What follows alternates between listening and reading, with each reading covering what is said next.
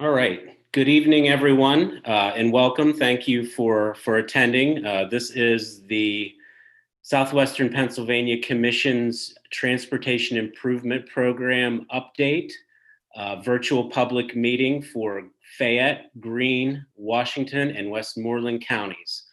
My name is Andy Waple. I'm the Director of Transportation Planning for the Southwestern Pennsylvania Commission.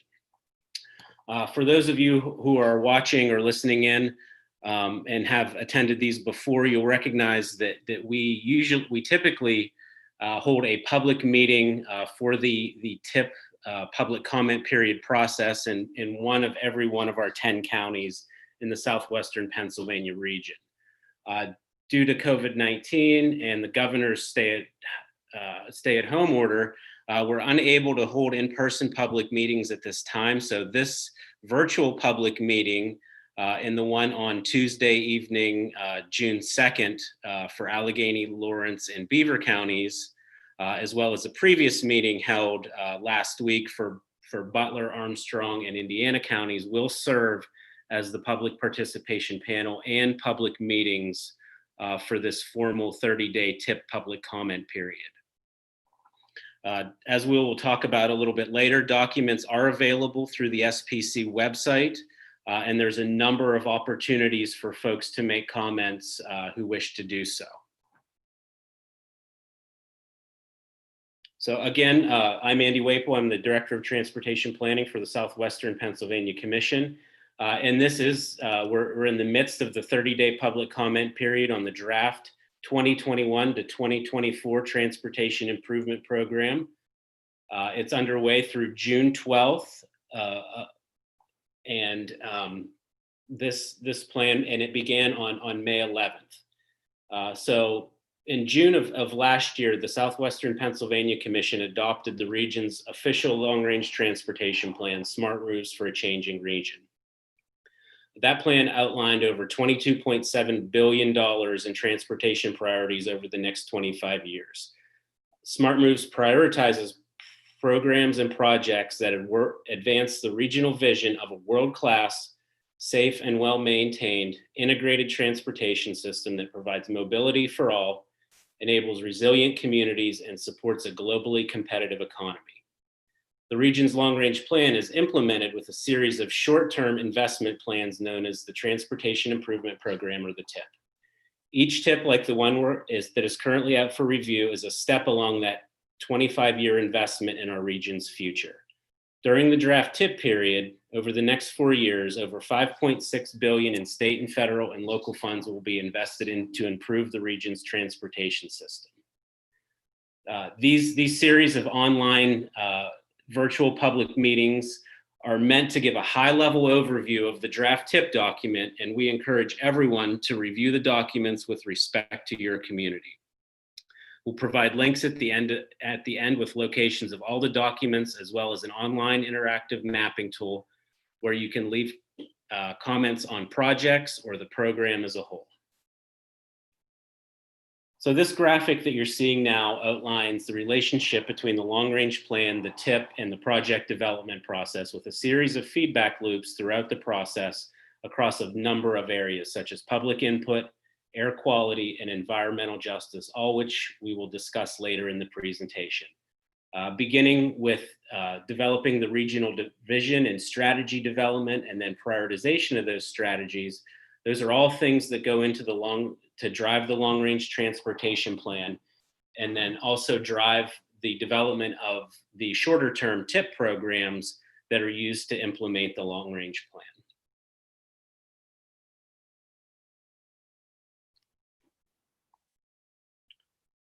So during the TIP development process, the process both begins and ends with public and stakeholder engagement. And as at SPC, we accept input and engagement throughout all of our planning process. So we essentially never stop gathering public comment or public input, and they all get folded into the long-range plans and the TIPs that we adopt as the commission. So to consider that stakeholder engagement, the process first begins with our TIP development work groups. Those groups are comprised of PennDOT staff, SPC staff, transit operators in the region, and folks from PennDOT Central Office in Harrisburg that evaluate candidate projects, evaluate and analyze public and stakeholder engagement, as well as transportation system needs, to begin to develop the priority projects that are put forth in the draft TIP document. Each of these work groups, there's one for each of our 3 subregions within the SPC region, has met 4 times. So 12 meetings in all to develop this TIP. Public comments were reviewed and considered for candidate projects. Overall, in this TIP update, there are 14 projects that originated from public comment. As you can see on the second line here, the first block, it says carryover analysis. So these are projects that are carried over from one TIP program to the next.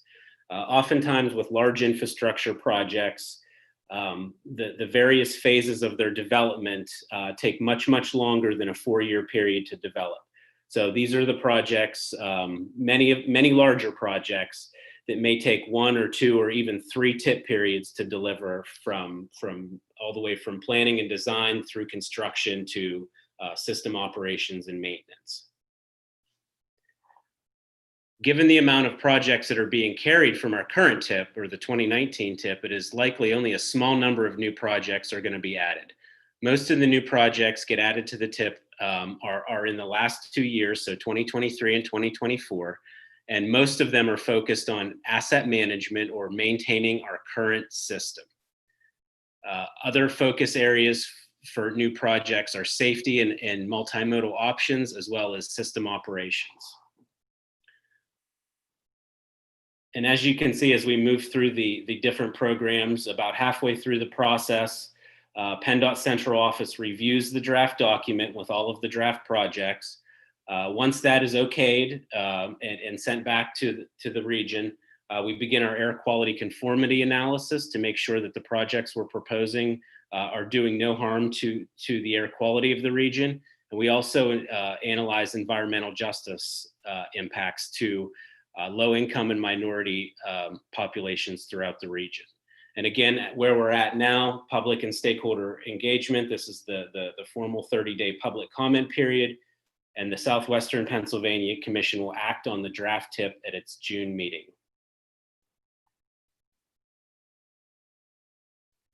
So as you can see, this chart on the screen now is a summary of the highway and bridge and transit programs for the TIP programs over the last 10 years. These are the base funding that are allocated to each of the planning regions throughout the state. As you can see, in 2011 and 2013, the numbers were much smaller than they were in the subsequent years. That is due to the passing of Act 89 in 2013, which gave a substantial boost to state highway and bridge, as well as transit funding. As you can see, in the 2015 TIP, there was a substantial increase in funds for both highways and bridges and transit. That trend continued up until the 2021 TIP, or the bars on the rightmost of the graph.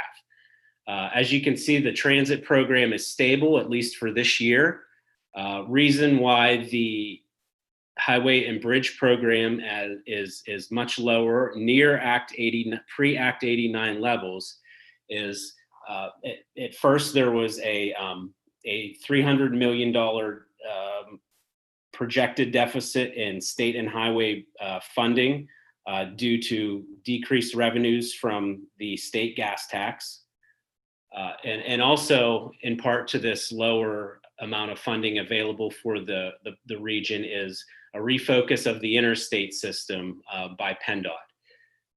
Early on in the process, PennDOT identified the need for the Commonwealth's interstate system to be about $1 billion a year, when in fact, over the past few TIP periods, we've only been investing about $450 or $500 million a year. So being the interstate system is the largest system in the Commonwealth in terms of moving of people and goods, there's been a refocus to bring the interstate system back up to standards and to help us meet our federal performance metrics that were set into place back a few years ago. So with this highway and bridge program, it's down about 20% from the 2019 level. It's 1.25 billion in 2021, down from 1.57 billion in 2019.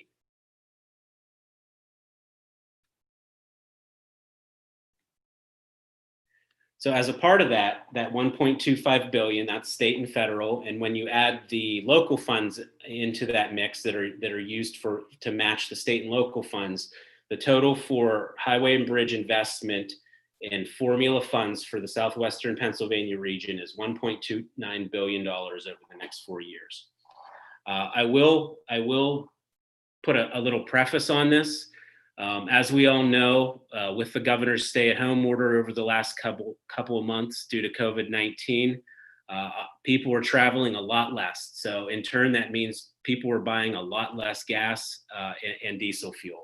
So we're expecting to see negative impacts on both state and federal revenues as a result of the stay-at-home orders and as of COVID-19. We don't know the full magnitude yet of the effects and will not it could be quite some time. We'll adjust the program as the effects become known. Just a few weeks ago, PennDOT reported that they're projecting approximately $900 million less in just state funds for the remainder of 2020 and into 2021. These numbers do not reflect that projection yet. So as you can see, the breakdown of the highway and bridge investment, by far the largest two categories are bridges and roads, so maintaining our current system. Next highest, safety and operations at $199 million. We have $128 million in reconstruction and new capacity. A lot of those are reconstruction. A big notable project in that category is the Route 28 and Highland Park Bridge in Allegheny County, that interchange. There's also a few others in Butler County and out near the Pittsburgh International Airport, as well as adding of a third lane of I-79 in the area where the Southern Beltway will tie into it a few years from now. And as you can see, we're dedicating $36 million to standalone multimodal and active transportation projects. That's not to say that there's not elements of bicycle facilities or pedestrian facilities or things like that in the other categories for bridges and roads. Those are just projects that are standalone multimodal or active transportation. On the public transit side, as I had mentioned earlier, public transit funding in Pennsylvania is stable for this year.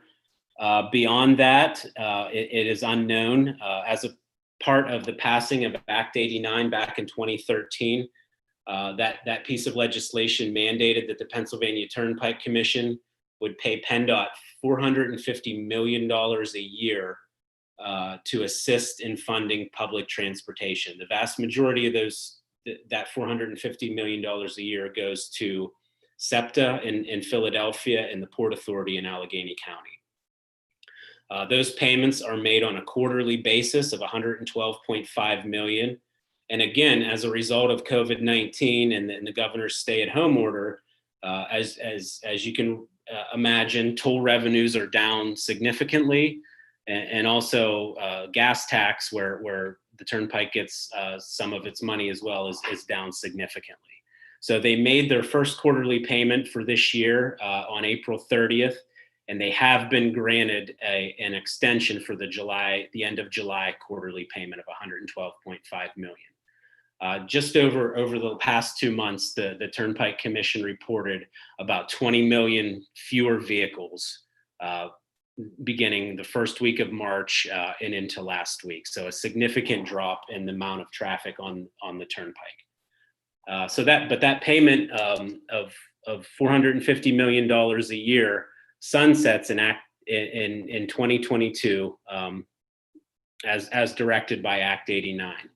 The PA legislature will determine what type of funding will supplement those funds once that provision sunsets, or if they extend that payment from the Turnpike Commission. Currently, it says that supplemental funding that takes the place of the Turnpike will come from vehicle sales tax. And it's also worth noting that this investment does not include the $162 million in federal funds that came to the region's transit providers through the CARES Act. As you can see here, operating and maintenance, by far the largest expenditure for public transit investment in the region, at $1.6 billion. And out of that $2.23 billion, the Port Authority of Allegheny County accounts for about $1.9 billion of that 2.23 total. Just some perspective on the size of the Port Authority. There's about 65 million transit trips a year taken in the 10-county southwestern Pennsylvania region. Port Authority accounts for about 63 million of those.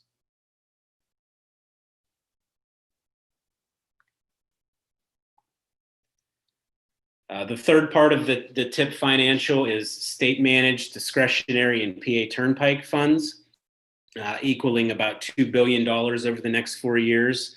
Again, the largest chunk of that coming through the Pennsylvania Turnpike, $988 million through the expansion program. So that the expansion program are the new construction roads, such as the Southern Beltway, the piece that's being constructed now from Route 22 down to I-79 in Washington County. And the next piece of that, the $281 million, is for mainline improvements, so improvements to I-76. Currently, the Turnpike Commission, as I mentioned earlier, with their reduced revenues, is reevaluating its 10-year capital plan, which initially called for about $6 billion investment over the next decade. They're reevaluating to focus on mission critical projects.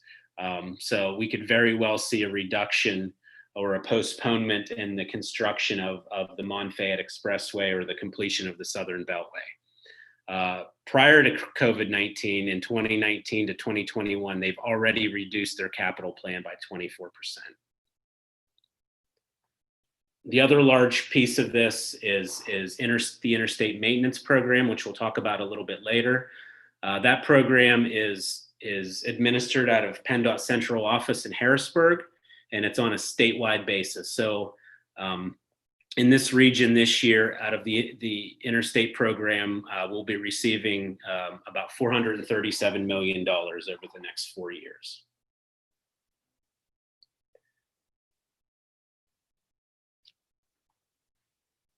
So just to shift gears a little bit, we're going to now talk about some high priority projects in each of the counties of Fayette, Greene, Washington, and Westmoreland. Again, these are by no means an extensive list for each county. We just picked out a few projects for each county to highlight as that are the priorities for PennDOT District 12, as well as each respective county. So in Fayette County, as you can see there, we have a couple projects on US 119. The McClure-Kingview Road interchange is a big safety project that's very important to both PennDOT and the county of Fayette. The cast iron bridge rehabilitation in Brownsville is a high county priority, as well as is the Crawford Avenue Bridge rehabilitation in Connellsville. A couple of projects in SR 21, as well as extension of the Sheepskin Trail and new access to the Dunbar Business Park. In Greene County, a couple projects on SR 19, a betterment project in Waynesburg. So a betterment project is where PennDOT will go in and resurface the roadway, fix drainage, look at traffic signals, crosswalks, pedestrian signals, things like that. So it's really a whole makeover of that stretch of roadway. And that will be going on in downtown Waynesburg over the next 4 years. a couple of bridge replacements on SR 21, as well as bridge replacements on SR 88, a rehabilitation on SR 218, and 3 county-owned bridges getting completely replaced through the program. In Washington County, a couple important projects in the city of Washington. The reconstruction of and traffic signals of SR 18 in the Jefferson area, as well as bridge replacements, bridges 1 and 2 over Chartiers Creek. Those are county-owned bridges, or state-owned bridges on SR 18 for a rehabilitation for Bridge 1 and a replacement for Bridge 2. Traffic signal corridor upgrades on the US 19 corridor, all the way from Washington up until the Allegheny County line. Another betterment project, just as we had talked about in Waynesburg, that is going to be going on in Charleroi. Some improvements to the Freedom Transit Maintenance Facility, and a bridge replacement over I-70 on SR 2027 in Spears. For Westmoreland County, a very, very important regional and county project, the Laurel Valley Transportation Improvement Project. All phases, there's three major phases to that project, all of which have portions of each phase programmed on this tip. First phase has construction funding programmed, and the 2 subsequent phases have design funding programmed. We have a trailhead and Westmoreland Transit Park and Ride going in right almost adjacent to US 22. And then another big regional project on US 30. The western section reconstruction, which stretches into Allegheny County. There's multiple signal upgrades in Hempfield Township and some intersection improvements on US 30 and Georgia Station near the Westmoreland Mall. Reconstruction of the West Newton Bridge, as well as replacement commuter buses for Westmoreland Transit Authority, and safety improvements on SR 356 up near the Butler County line. Projects being funded through the statewide managed interstate program. As many of you know and have witnessed over the past decade, just a tremendous amount of work reconstructing and rehabilitating almost all of I-70 in Western Pennsylvania. A lot of good work already complete, and a lot of good work that's continuing. As you can see here, reconstruction of the SR 51 interchange, reconstructions of the Yukon and Madison interchanges, as well as Arnold City. And then on I-79, reconstruction from Mariana to Laboratory Hill.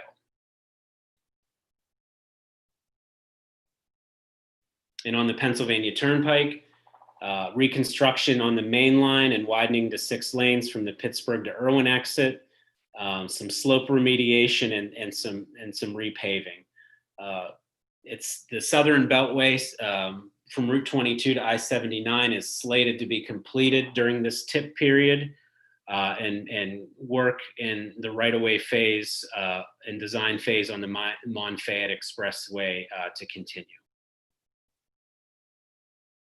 as well as some resurfacing and concrete repairs. So a little bit earlier, we had talked about environmental justice. This is a federal mandate that any organization that uses federal funds has to identify disproportionately high and adverse human health or environmental effects to their programs, policies, and activities on low-income and minority populations. This ensures equity in the programming of transportation investments, including full and fair participation by all potentially affected communities in the decision-making process. So we're required to analyze all of our investments that we're making through this transportation improvement program in regard to their proximity to low-income and minority populations. And as you can see, the maps on the screen depict a color gradient map as percentages of low-income households and minority populations. and all of the projects contained in the TIP are mapped over top of those. So what we found out when we did this analysis is 54% of the investment in the TIP of TIP dollars are in low income census blocks, as well as 33% of the investment in the TIP program is in minority census blocks. That equates to 39% of the projects in low income census blocks and 25% of the projects in minority census blocks. And again, for more information on any of these reports and analysis, we have a link at the end of the presentation where folks can go in and read the reports and look at all the various maps and make any comments they wish to on the projects contained, the programs, and any of the analysis done. Another requirement is air quality conformity. As you can see here, most of the region is contained in the Pittsburgh-Beaver Valley non-attainment area, with the exception of Greene County, which is in a maintenance area, and Indiana County, which is in the Indiana Clearfield maintenance area. So maintenance areas are areas that currently meet air quality standards. So they were at one time in non-attainment, but now they are in maintenance. So they're currently meeting the standards. And the counties in blue are in non-attainment. So they do not meet the EPA thresholds for the 8-hour ozone area. As you can see in the graphs on the right, when we analyze all of our transportation projects that are being proposed through the program against the EPA allowed thresholds, our projects are far below the projected emissions are far below the thresholds. The threshold lines are kind of the dashed and dot lines across the top of each of these, and the solid line with the triangles are the project emissions. So again, very far below the EPA thresholds. The same can be said for the PM 2.5 areas. Again, most of the region is in the Allegheny County and Pittsburgh-Beaver non-attainment area. We have a little piece of Greene County in the PM 2.5 non-attainment area, but Fayette is in attainment, with Washington and Westmoreland part of the Beaver Valley area. Again, top line EPA thresholds of emissions allowed for the plan over the next 4 years and out into the future, and our projects that we're proposing well below the mandated thresholds.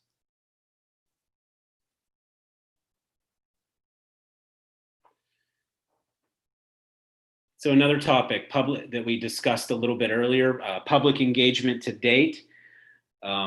SPC holds various committee meetings every month that are open to the public and are well attended by transportation and development officials from around the region.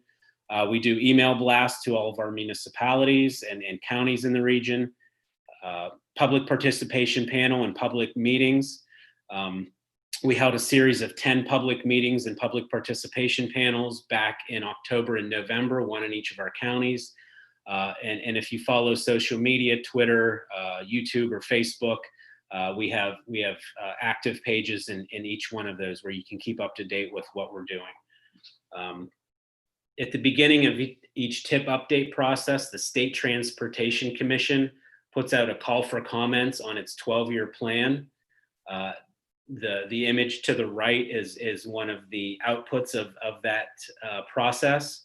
There was over 600 comments collected for the Southwestern Pennsylvania region that were analyzed in the very first work group meeting by all of our participants and considered when developing projects for this next 4 years. I will note that out of those 600 plus comments, when we started to go through those and analyze everything, we found that 95 of those comments were already being addressed by projects that were either underway or slated to get underway shortly. I had mentioned smart moves are our new long-range plan that was adopted just last year. We used all of the 22,000 plus points of engagement that were collected through that planning process as well to develop and look at everything from investments, preferences and investment priorities to strategies to projects through this TIP process. So as you can see, just a tremendous amount of public input and engagement that has already gone into developing this program of projects.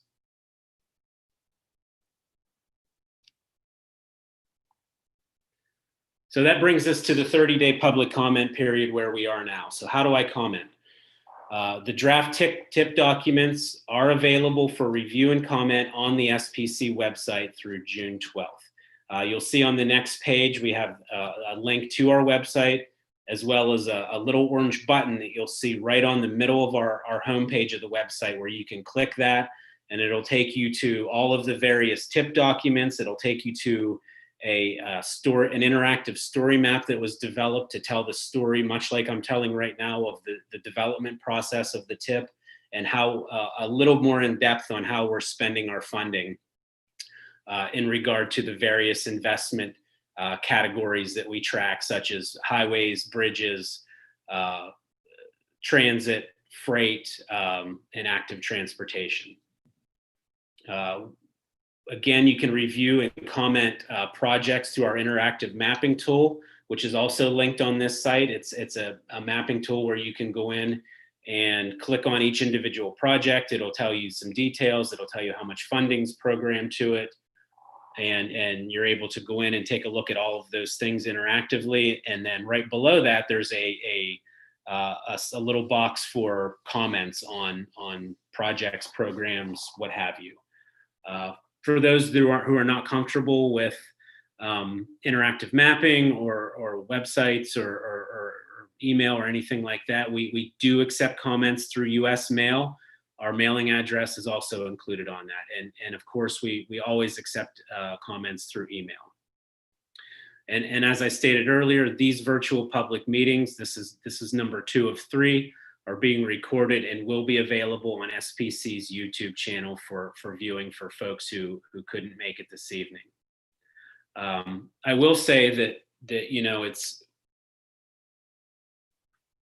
although not ideal, we really like to get out to each of our counties during these development processes. You know, SPC covers 10 counties, 548 municipalities, a little over 7,500 square miles. So we can't possibly know what's going on in every corner of the region, being a staff of 25 transportation professionals. So we work very closely with our county planners and county planning directors to help us understand what is going on in each one of their municipalities in each county. And that's why it's very, very, it's invaluable for us to get out and, you know, get to these municipalities, talk to people, learn where the issues are, learn what their concerns are.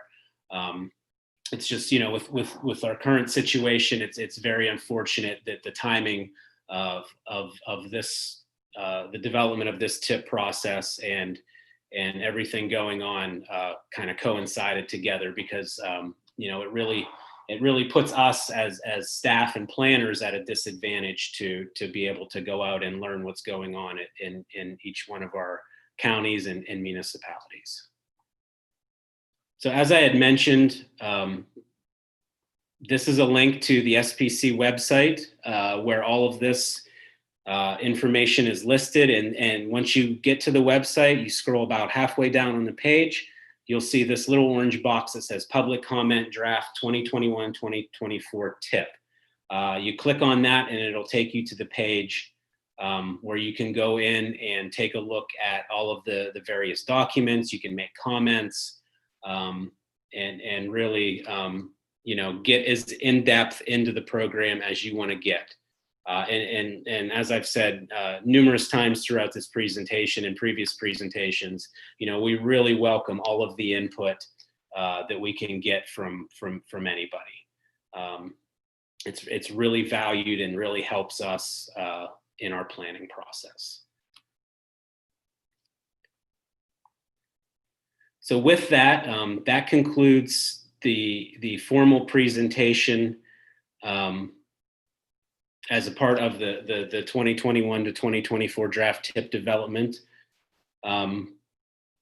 Also on the webinar, we have some folks with us, some folks from a few counties in the area.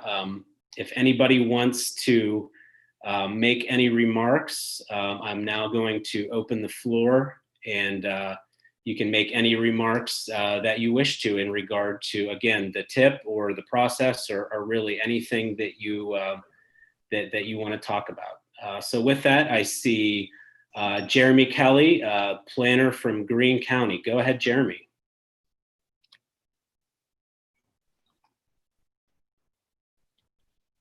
Unmute him, Andy. Yeah, let me see here. Unmute.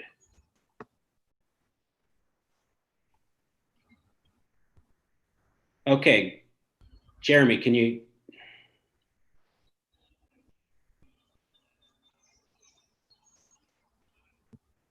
Can you hear me now? Yeah, I got you, Jeremy. Sorry about that. It's okay. Hey, I just want to thank the SPC and District 12 for getting that Waynesburg Betterment project going so quickly. One thing that it's going to resolve is going to be that traffic coming from the 21 East. With our oil and gas industry, it's really done some damage to those, like the High Street and the Green Street going through Waynesburg. There's one in particular where South Ridge Hill comes down and meets High Street. Those things all have been laid out as an issue in the Waynesburg Borough Comprehensive Plan about a couple years ago whenever they redid it. And I think that's going to be a real good.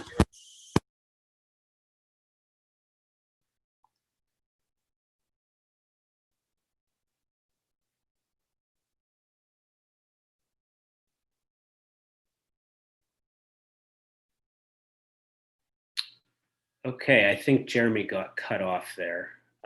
Not sure what's going on. Sorry about that, Jeremy. Is it going to work now? Yeah, there you go. Okay.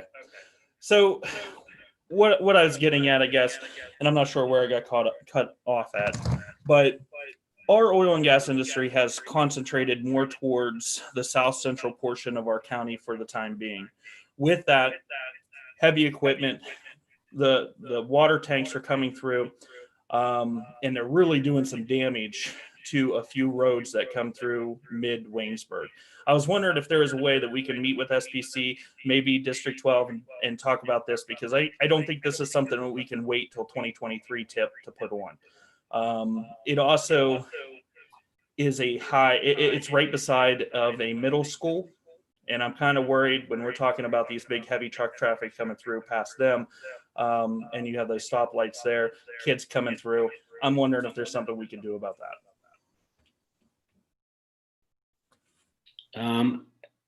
I see Angela from PennDOT District 10. I'm assuming she's going to respond to you, Jeremy. So I'm going to unmute her and let Angela go ahead. Angela, go ahead.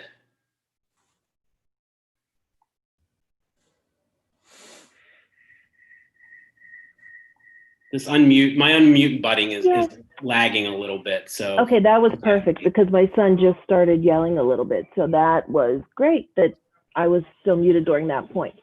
First of all, I'd like to thank everybody for attending the meeting, and we value everybody's comments. And as per Jeremy's particular comment, Jeremy, I just forwarded along your concerns and photos to Joe Cesar, our district engineer, and we will be looking into those, and we will try to get something set up with Greene County and SPC as soon as we can. Okay, thank you, Angela. Okay, next up, I see Commissioner Vince Vicides from Fayette County. Okay, can you hear me? Commissioner, yep, go ahead, Commissioner. Yeah, I just wanted to point out something that I've talked to the other two commissioners as well, all three of us. would like to see put on the tip. Art Capella is aware of it as well, and I think Art's on the call. Yeah. We have a fire company that travels throughout Bullskin Township and Fayette County, and they turn off of Route 982. That's where their fire company is, and that route is a straight road stretched through there, and people they travel 55 or more miles an hour there, and the firemen are really concerned about somebody rear-ending the fire trucks as they're turning off, and there has to be some safety precautions we'd like to request, or build in some type of flashing light or a light of some type to try to protect this situation, because somebody's going to get killed if that continues. So I wanted to bring that up. Commissioner Pacides, can you hear me? Yes. This is Angelus Owners again from PennDOT District 12. Art had sent that information into us a little bit earlier, and Andy from SPC forwarded that along to me, and I also sent that information to Joe, our district executive. So we will be looking into that, and I will also send that along to our traffic unit. I'm not sure exactly what they're going to determine, but we will follow back up with you once we get some communication started. I wanted to convey that personally, because I had told the Bullskin Township Fire Department that I would do that. Is Art on the call? Yeah. Yeah, Art, On the also, call. while you're on the call, I'd like to get a letter sent as well by the three commissioners, if you could work on that, requesting this. Okay. I want to Okay. make sure we put it in writing, because all three of us agree it's a hazardous situation that needs to be, corrected. And I know you guys are all about safety, so. Just one more thing before we move forward with the letter, just so everybody is aware. The township will need a letter of commitment to maintain the signal or any flashing beacons, just so everybody's aware of that before that something's requested. I think the letters had been sent. Is that correct, Art? Didn't we get a letter from the township? We got a letter from Township and from the Bullskin Fire Company. I just received those original letters today, but it will be a commitment letter from the township saying that they will maintain the signal or flashing beacon, whatever is put in, if it's determined that it can be installed there.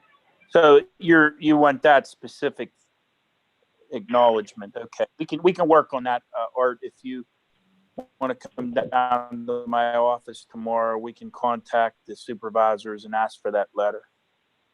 Yes, will do. Great. Thank you, Commissioner, and thank you, Angela and Art. You're welcome. Next up, Jason Ragone, Director of Planning and Development for Westmoreland County.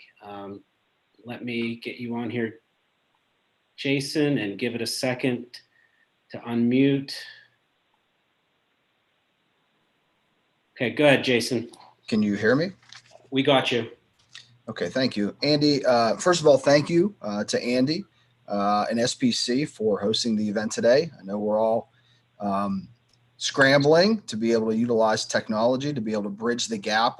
Unfortunately, we're not able to be together. We certainly appreciate when you do come out to each one of our counties to have collaboration and communications, but obviously that's not really an option at this point. So we appreciate you putting this together to try to bridge that gap. In terms of the draft TIP, I will want to mention just a couple of things. First and foremost, Westmoreland County has recently approved our own county comprehensive plan with one section specifically focused on transportation, with 7 core objectives that focused on transportation. strategies, within that core objective. Number 1, enhance transit. Number 2, create mobility plans. Number 3, increase walkability and biking options. Number 4, increase flight options. Number 5, improve passenger rail. Number 6, augment ride sharing options. And number 7, focus on freight. And although the TIP that we spoke about today really only invests money in a few of those strategies, many of the projects that have been listed here on the presentation today are supporting projects that have been, or ideas that have been outlined in the county comprehensive plan. So we're excited to see projects that were like the Laurel Valley Transportation Improvement Project, the modernization of Route 30, improvements along SR 356 in Allegheny Township, as well as some of the really high profile bridges or historic bridges like West Newton and Salina. So we're really excited to see those projects move forward, as well as some, I'll call it alternative transportation improvements like park and rides, as well as the 5-star trail improvements in Greensburg. So we feel very excited about the investments that are being made. That being said, I think that I would be remiss if I didn't make a couple other comments. Number 1, we should really be, as a region, looking for the use of technological improvements. Much of our congestion on our existing roadways can somewhat be addressed through the use of technology in terms of new and improved lighting systems, communicating with one another. And so, the focus moving forward should always be looking at investment in technology. Number 2, we certainly support the investment in our interstate funding or interstate system. The investment that's being made along Interstate 70, especially in Westmoreland County, as well as the other counties, will certainly make the movement of freight much improved and a safer environment. So we certainly wholeheartedly support that investment. That being said, I think the region really has to take up the call to ensure that the amount of state discretionary funding that is not coming to the region is addressed moving forward. I think the SPC board has taken up that call, and we have to be, as a region, we have to continue to pound the drum to ensure that we get our fair share, our equitable amount of funding through the state discretionary program back to the region. The only other thing that I would add, if there's an opportunity, is if there's any planning funds that are available, I think we need to start looking at the SR Route 201 in Interstate 70 interchange in Ross Draver Township. This has been a project that has been needed for a long time. It's a very complex project and likely an expensive project. Nonetheless, it's an important project that needs to be at least explored, looking at improvements. Maybe the use of technology can help in that way, but capital improvements will be required nonetheless. That being said, we thank SPC and PennDOT, especially SPC for today. Appreciate the opportunity to make a few comments. Looking forward to partnering with you in the future as well. Thank you. Thanks, Jason. I wholeheartedly agree with all of your comments. In particular, the spike in the interstate system. We'll point out that while we can always expand our technology, we do have a number of technological based projects going on in the region. As I had mentioned, a lot of the corridors and traffic signal systems on our major routes are being converted to adaptive signal systems, which utilize technology and communications and talking to each other through the signals, as well as we have some active traffic management that's going to be going on I-376 on the Parkway East, which should help things out tremendously in that area. So great comments. Thank you, Jason. They're much appreciated. Jason, this is Angela again from District 12. One thing I did want to point out too about the use of technology, we are trying with the Arnold City interchange project that we currently have under design. We're trying to steer more people away from utilizing 70 at 201 with the use of ITS boards and variable messaging boards to get people away from that interchange, because we We know that interchange at 201 is very congested. It is an issue.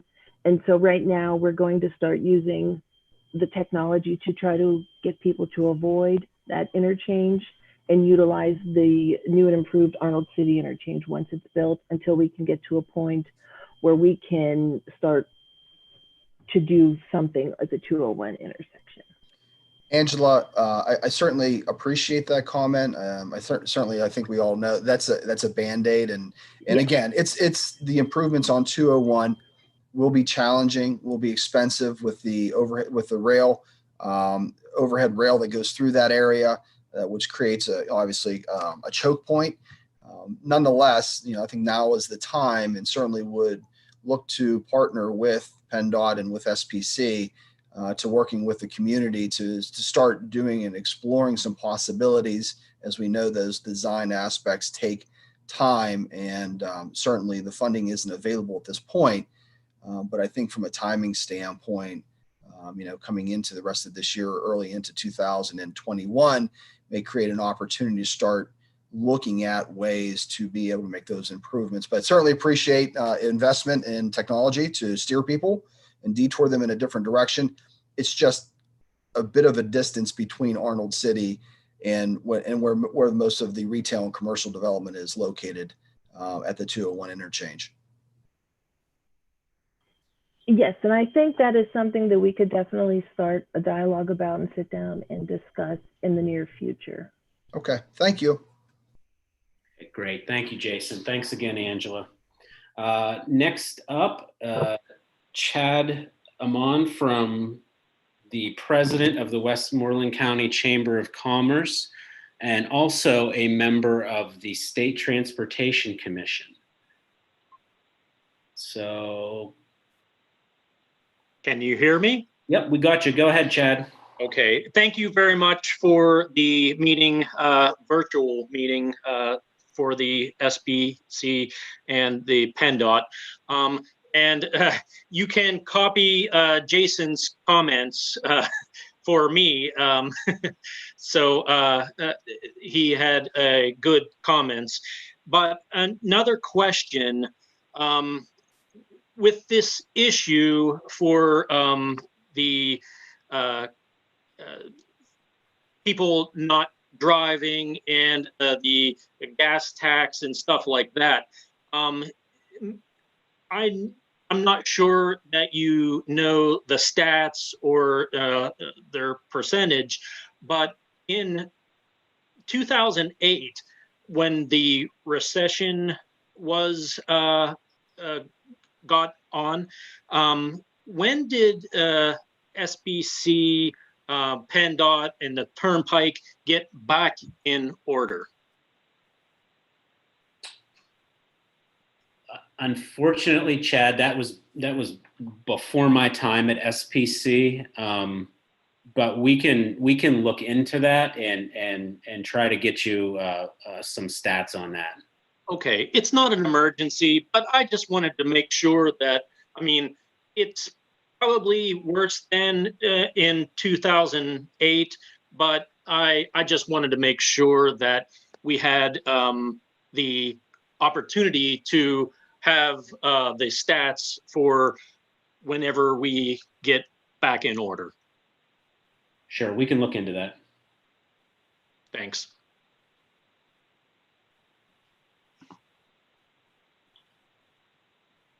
All right.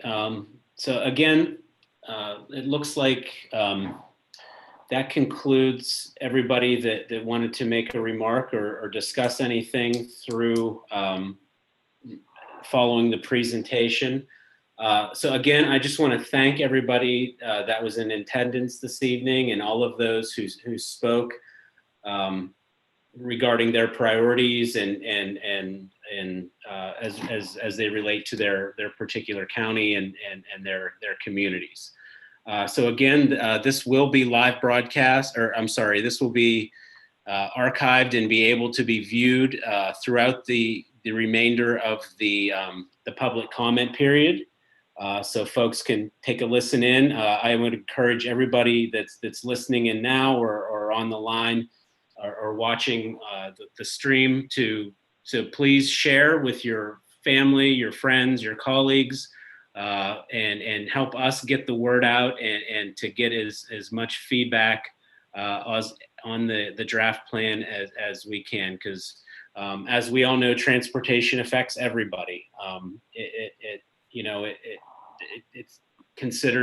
You consider transportation when you make decisions on where you work, where you live, no matter if you're driving a car or riding a bus or riding a bicycle or walking. It matters to everybody. So the input of the public and any engagement and input we can get into the program and subsequent programs will just make them that much better.